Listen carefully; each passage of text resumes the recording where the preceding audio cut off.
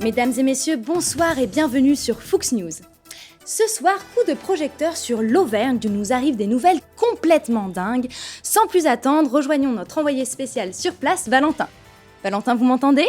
Oui, tout à fait, Léa. Info choc et exclusive pour Fuchs News, il semblerait que les loups-garous soient de retour en Auvergne. Ils sont discrets et se cachent dans la population avant de se transformer en bêtes féroces. Avez-vous pu enquêter sur la situation ? Oui, je m'approche tout doucement de l'un d'eux, assis à une terrasse de café. Bonjour. Alors, une petite question. Pouvez-vous nous dire comment vous vivez votre transformation ? En Auvergnat ? Non, pas en Auvergnat. Votre transformation, on est en Auvergne. Ouais. Donc, vous allez vous transformer en loup-garou. Bah alors écoutez, à part le fait que je me sois réveillé à 6h du matin, nu, en pleine campagne, avec des traces de morsures sur moi, je le vis plutôt bien. Et donc, comment ça va se passer là ? C'est à la nuit tombée, vous ? Bah ça varie, des fois c'est à 18h30, des fois c'est un petit peu plus tard, ouais. On est bien, on est là à Vichy, tous ensemble entre loups-garous, hein. On m'a dit qu'il y avait des loups-garous en Auvergne. Ah ouais, bah moi je le vis bien pour l'instant. J'ai mangé que 2 personnes. J'essaye de réguler mais c'est pas facile. C'est terrifiant, Léa. Moins grave, mais tout aussi étonnant, les Auvergnats seraient connus pour ne boire absolument que de l'eau. Cette boisson internationalement connue et inventée dans la région il y a des millions d'années. Nous avons voulu en savoir plus sur ce style de vie et ce régime alimentaire très spécial. Oui, Léa, comme vous pouvez le voir derrière moi, l'eau auvergnate a pour effet de faire perdre le contrôle à tout le monde ici.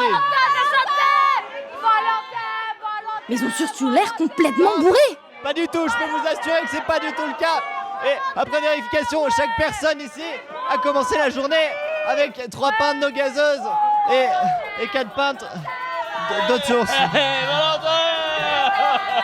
Valentin, c'est du vin que je viens de voir passer. Valentin, c'est du vin. Valentin, répondez. C'est Valentin. Nous retrouvons Valentin dans une petite ville aux 1000 malices qui va vous étonner toujours depuis l'Auvergne, ce petit bourg où il se passe des choses magiques. Voici la promesse de Valentin, parti enquêter pour nous depuis quelques jours. Oui Léa, je me rapproche actuellement du bourg médiéval de Murat pour vous faire découvrir une curiosité sur laquelle mon équipe et moi-même... Oh mon Dieu Valentin, que se passe-t-il ? Nous vous avons perdu.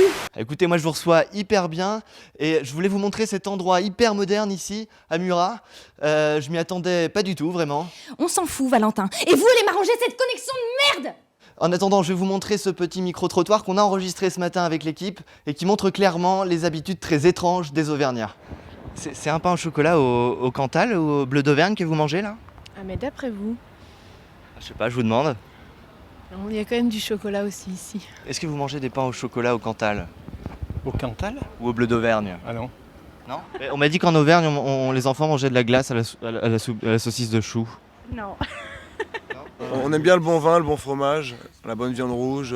On est des bons vivants, on mange bien quand même. En Auvergne, on mange très bien. Truffade, ouais. Ouais, truffade, ouais. Pas mal de truffade.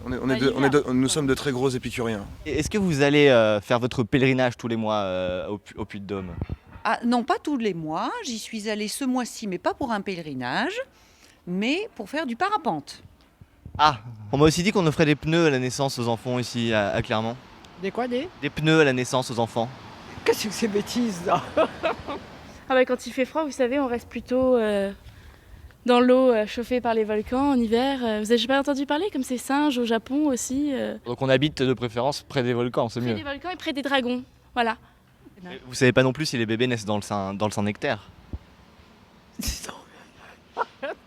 Merci Valentin, merci beaucoup d'avoir enregistré ce sujet très probant.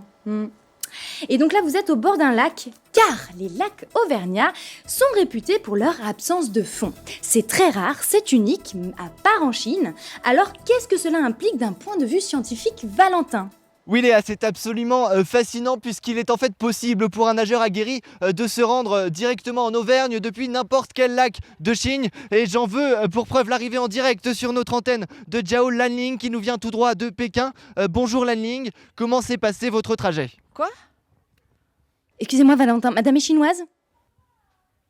Oui, Lanling tient en fait son prénom de son arrière-arrière-grand-mère d'origine cantonaise, n'est-ce pas Lanling ? N'importe quoi, je m'appelle Sandra, j'habite Clermont.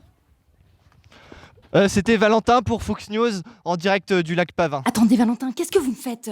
Ah, c'est quoi vos enquêtes pourries? On n'arrive à rien prouver là. Bah, écoutez Léa, moi j'y arrive pas, hein. Votre histoire là c'est pas possible. J'ai tout essayé, c'est pas possible. Les gens sont cool ici, il y a de la bonne bouffe, les apparts sont pas chers, on n'est pas loin de Paris. Vous allez pas me virer quand même, hein? Pas pour ça. Valentin, en fait, il n'y a plus personne là. Par contre, ça a l'air vachement sympa là où t'es. Comment on fait pour te rejoindre?